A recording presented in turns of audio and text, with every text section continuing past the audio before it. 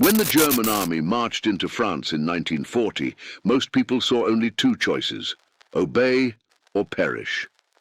But in the quiet hills of the French countryside, one man chose a third path: to resist, not with bullets, but with bread. His name was Jean Morel, a farmer from Auvergne. He was not a soldier, not a politician, not a hero in any official sense. He had calloused hands, a slow voice, and a life that revolved around the rhythm of seasons: sowing, harvesting, surviving. When the war reached his fields, he simply looked up from his plough and said, "Then we'll have to plant faster." The occupation came quietly at first. German officers commandeered houses, barns, and livestock. Signs in German appeared on village roads. The local mayor began to speak in whispers. And then the rationing began. Flour, meat, even salt. In Paris, people starved. In the countryside, people hid what little they had. Jean refused to hide his humanity. When neighbors complained that the grain quota demanded by the Germans would leave them hungry, he shrugged. "They can't take what they can't find," he said. That winter, he dug an underground silo beneath his barn. He and his son worked by candlelight, sealing sacks of flour behind false walls. It was dangerous. The penalty for hoarding was death. But Jean had already decided his farm would become a sanctuary. The first to arrive were strangers, a young man in a worn coat, claiming to be a traveler, who slept in the hayloft and vanished at dawn. Then another and another. They were resistance couriers, deserters, escaped prisoners of war. Each left behind something: a photograph, a patch, a story. One night a local priest knocked on Jean's door. He brought a small boy with him, maybe 8 years old. The priest whispered, "He's Jewish. His parents were taken in Lyon. He needs somewhere to stay." Jean looked at the boy, then at his wife Marie. Without a word, she went to make soup. The boy's name was David. He stayed for the rest of the war. From that moment, the Morel farm became more than a farm. It was a network. At night, people gathered in the kitchen: teachers, carpenters, farmers, mothers, passing notes written on cigarette paper, plotting ways to move refugees through the countryside. Maps were drawn on flour sacks. Messages were hidden inside loaves of bread. A radio, built from scavenged parts, whispered news from London. Every act of kindness was an act of rebellion. Every meal shared was an insult to tyranny. One evening, a German patrol stopped by the farm. They asked about rumors of strangers seen in the area. Jean offered them fresh milk, smiled, and said, "The only strangers here are my cows. They never listen." They laughed. They left. And beneath the barn floor, 6 fugitives held their breath in silence. The fear never left him. Every creak of the gate, every knock at the door could mean the end. But the work continued, ploughing by day, feeding by night. He and Marie taught David to milk cows, to read, to pray in secret. When asked why they risked everything, Jean's answer was always the same: because a man's worth is measured by what he protects. As the occupation deepened, the resistance grew bolder. Trains derailed. Posters appeared overnight: Liberté, Égalité, Fraternité. And yet, the reprisals were brutal. Villages burned. Hostages were taken. Jean's farm was searched twice. Each time he stood in his doorway, calm and steady, while German boots trampled the floorboards inches above hidden tunnels. He became known among the local maquis, the guerrilla fighters of the French resistance, as le fermier silencieux, the silent farmer. He never carried a gun, but he fed those who did. He never spoke of politics, but he lived a revolution in every loaf he baked. By 1944, his fields were no longer fields. They were scars, craters, burned fences, ruined crops. But beneath the surface, life continued. He dug deeper cellars, hid radio operators, and guided Allied airmen to safe houses. When supplies ran short, he slaughtered his last cow and said, "She's fed us long enough. Now she'll feed freedom." That spring, the Allies landed in Normandy. Rumors spread like wildfire. Liberation was coming. In Jean's village, people barely dared to hope. But the night the German troops began to retreat, he climbed the hill behind his farm and lit a single lantern, a signal agreed upon months earlier. Within hours, resistance fighters emerged from the forest, moving toward the road. They were thin, dirty, exhausted, but alive. He fed them one last time before they vanished again into the dark. When the war ended, no one wrote about Jean Morel in the newspapers. There were no medals, no speeches, no parades.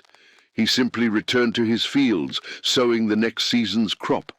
Years later, when asked what he remembered most, he said quietly, "The fear. It never left, but neither did the bread." The war was ending, but peace didn't come with celebration. It came quietly, like morning fog rolling across the valley. For years, the people of Auvergne had lived in fear, speaking in whispers, hiding faces, hiding names. Now, for the first time, they could breathe again. Jean Morel didn't cheer. He simply leaned his shovel against the barn and stood still, listening to the distant echo of gunfire fading toward the east. The fields were silent, too silent. When the Germans finally withdrew, they left behind nothing but ashes, burned villages, empty homes, and a hunger that no bread could satisfy. Jean walked through his land and counted the damage. Fences torn down for firewood, crops trampled by tanks, barns riddled with bullets. He found one of his old hiding tunnels collapsed, still marked by the footprints of the men who once slept inside.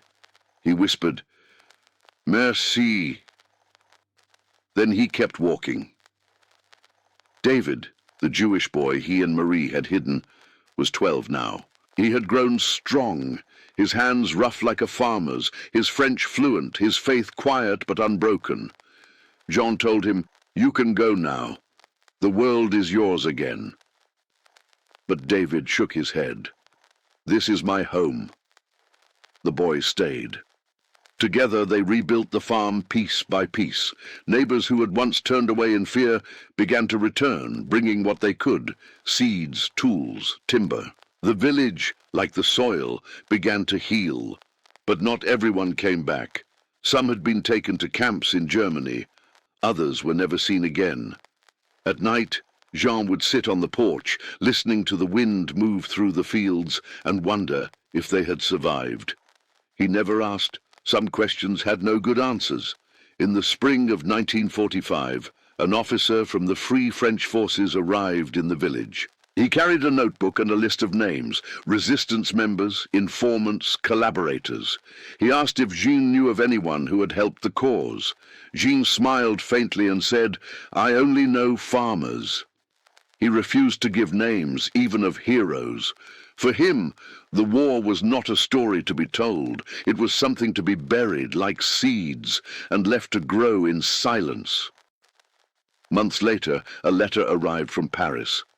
It bore the seal of the new government, thanking him for his assistance to the French resistance. Jean folded the paper, placed it in a drawer, and never spoke of it again. For him, freedom was not a medal. It was a harvest. It was the right to wake up and hear birds instead of bombs, to plant wheat without fear of soldiers taking it, to break bread at a table where everyone was welcome. Years passed. The scars of war faded from the landscape, but not from the people. Marie's hair turned white. David grew up, married, and took over the farm. He hung a small Star of David above the doorway, not as a declaration, but as a promise.